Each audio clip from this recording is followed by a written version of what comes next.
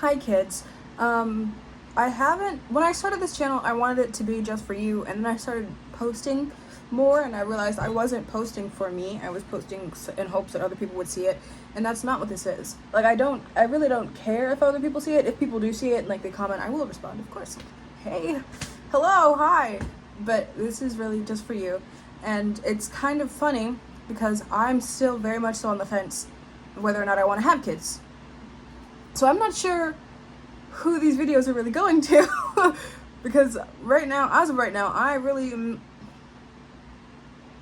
don't know. The only reason I have hang-ups about having kids is because I live in America. Okay, I live in the United States of America.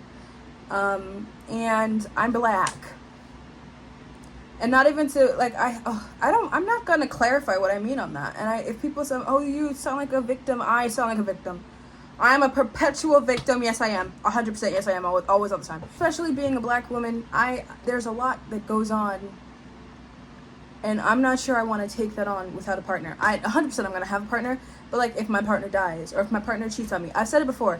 If my partner cheats on me and we're both going out, I refuse to bring a child into an environment where either I'm forced to work. Like, I can't. Cheating that's a completely different topic for another day. But I really just, regardless of what color my partner is going to be, you most likely will be some type of black. So, and hopefully I have a black man as a partner. I want my babies to be dark. You are black, right? Right. Your father probably most likely will be black, right? That's not a life that it's hard to say that, really. If I could birth you guys into a life without any kind of privilege, like privilege just doesn't exist and we're all treated as equals, I totally would 100%, but that's not how that works. There's also a high chance that I probably won't be in your life. The mortality rate for black women during childbirth is extremely high, way too high. It makes me genuinely uncomfortable. So the mere thought of possibly going out, I don't want my children to live without me. I don't want you to live without me, because, not to toot my own horn, but I have some pretty good parental skills that I'm gearing up right now. But I know how I want my children to be raised, not without me. And if it somehow happens without me, then I roll into my grave. Rolling in my grave. But anyway, aside from the fact that you will be black and that puts you at a disadvantage, unfortunately, I have autism, which I've learned, I'm not sure if it's 100% true, is genetic. I'm gonna look it up. I have the opportunity. It is genetic. So this also goes back to a conversation I had with a boyfriend of mine, an old boyfriend of mine. He was autistic. He still is. I hope he's alive, I think.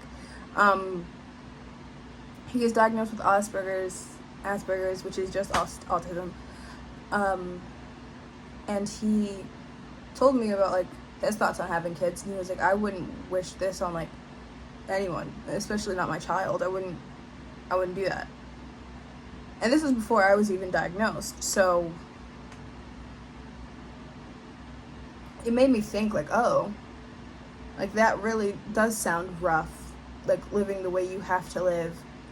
And then I got diagnosed and I was like, oh, this is not, you live like this and this is not a normal way to live.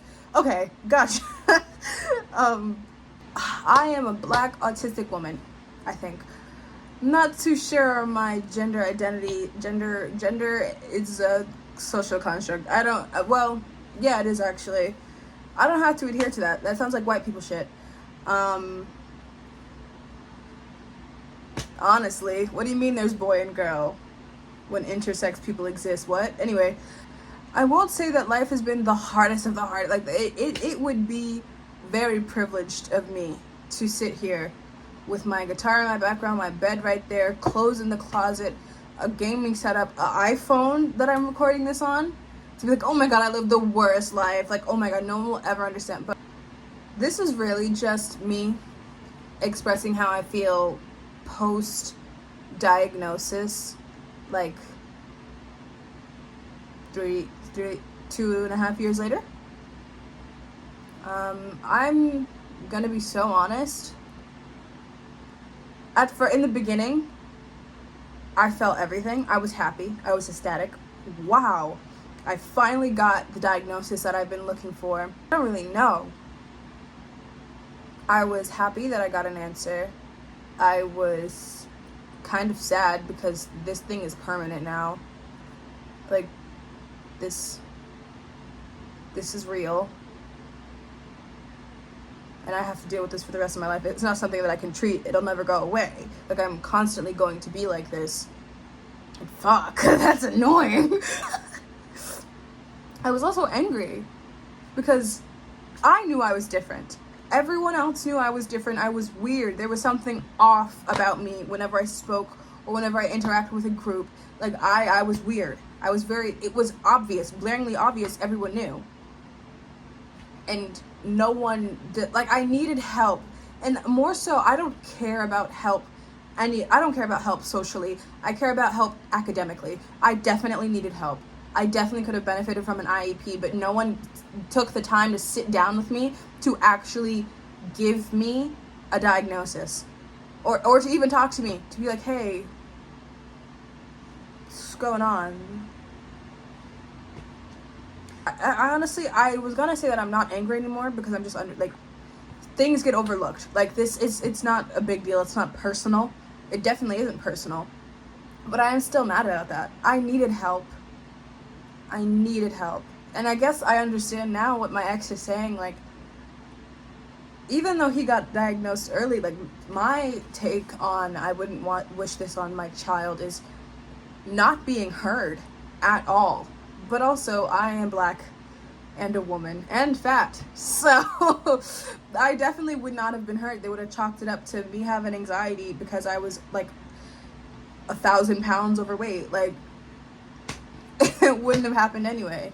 And then I would have went to the doctors and they would be like, oh, you're fine because you're black. Your body's supposed to look like that. Like, all of this, had I not forced my therapist's hand to get a neuropsych eval, I would not have been diagnosed. And it wasn't even that I forced her hand. I went to someone else who referred me to get the neuropsych eval from someone from my school who, like, oh my god, it's so frustrating. I can't begin to explain how frustrating it was, especially when I was like I have the notebook here.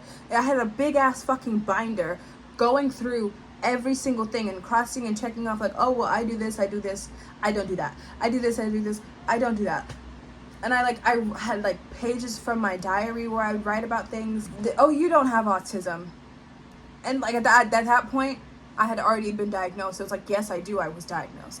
And like because I don't look disabled, so I don't look like I have Down syndrome, because so many people conflate autism with Down syndrome because they're not right in the fucking head and they don't educate themselves on anything. I just, oh my god. Like, I think it's because I've never like got this off my chest. I've never wrote it down or anything.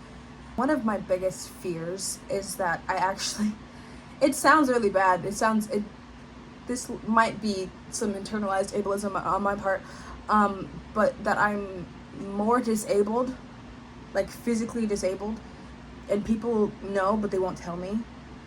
It's really not even like being disabled. It's just like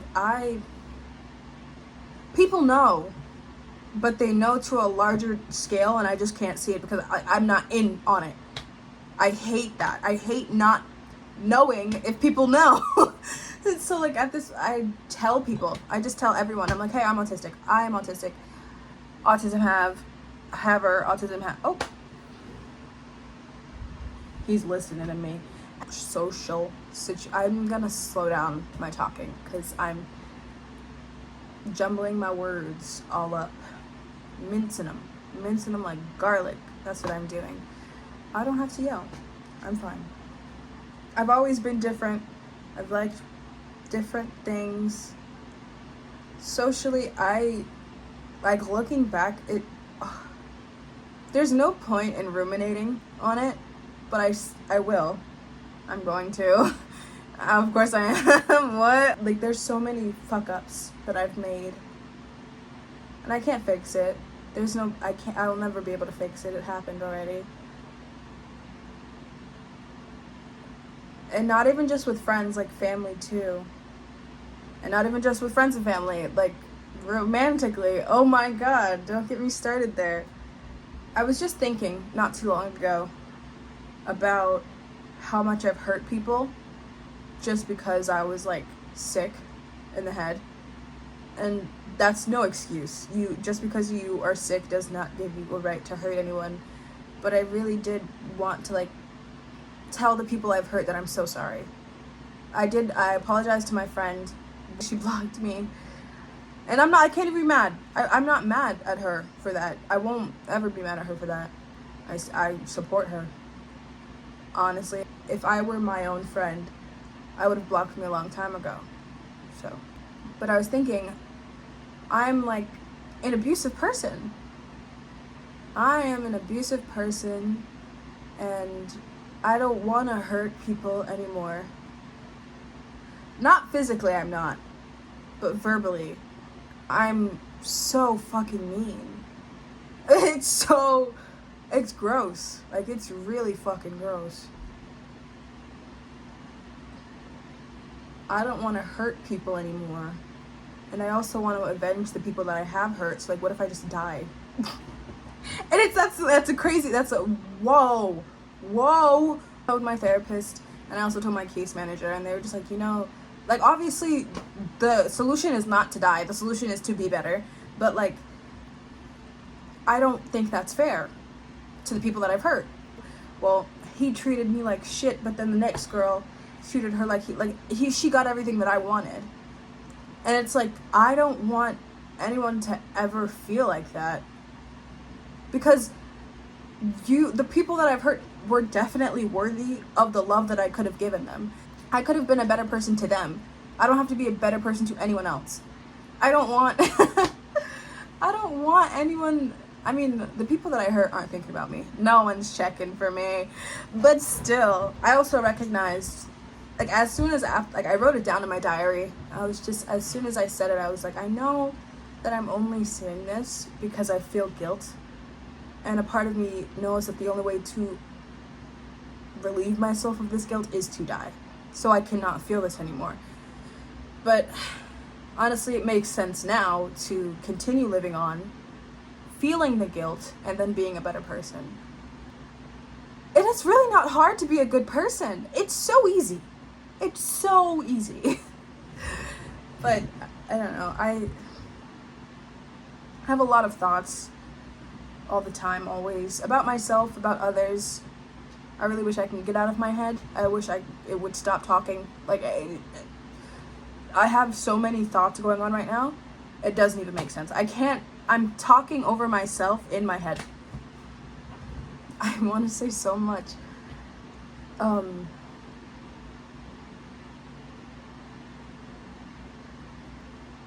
The only reason I decided to record this is because I saw a girl basically saying that she was getting things off her chest. And the one thing I've not gotten off my chest is how I felt about my autism diagnosis. I don't know. The same ex that I had the conversation with about kids, we had numerous conversations about autism. It honestly, like, seemed to be one of the foundations of our relationship. The fact that he was autistic and I was black. Interesting. But he was going on a date after we had decided that we were going to be civil about all of it. And he was saying how he was nervous, and we had just had a discussion about our past relationship and, like, what it actually was instead of what we wanted it to be. He basically said, I'm not sure autistic people can date because we make others pay for our shortcomings, and that's not fair. I feel like that's everyone, not just autistic people, trying to date afterwards. Like, that always rang in my head because now I understand what you actually mean. Like, I actually get it. Like, it totally makes sense what you're saying. And it is my fault partially for letting, like, social media and stuff like that get to my head. Like, oh, well, black women are undesirable. And, like, I know for a fact that's not true because I love to desire some black women. Oh, don't get me started. Don't get me started. Don't get me started. No, it's not true. But then again, I have lived experience of that being the case.